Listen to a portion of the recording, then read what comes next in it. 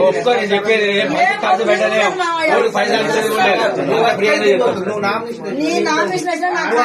చెప్పేదా ఓట్లకు పైసలు కూడా అవసరం లేదు. నేను ఎందుకు బదిలాడతానో అర్థం చేసుకో. నీ కొడుకు కొరకే నుంచి బదిలాడతాను. నీ కొడుకు బదిలాడింది వేరు. నువ్వు తినకున్నా తిన్నా ఇప్పుడైతే నువ్వు చేతులు పట్టుకున్నా అంటే ఎక్కువ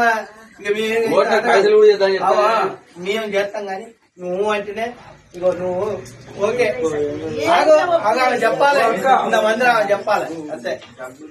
తప్పుల విషయం మేము మనిషి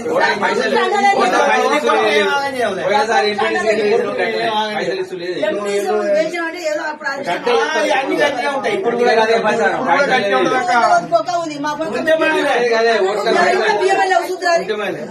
గదే ప్రచారం చేస్తాం మేము. అందరు పైసలు గదే ప్రచారం చేస్తాం. మరి మీకేం లేకపోతే మేము ఉన్నామమ్మా.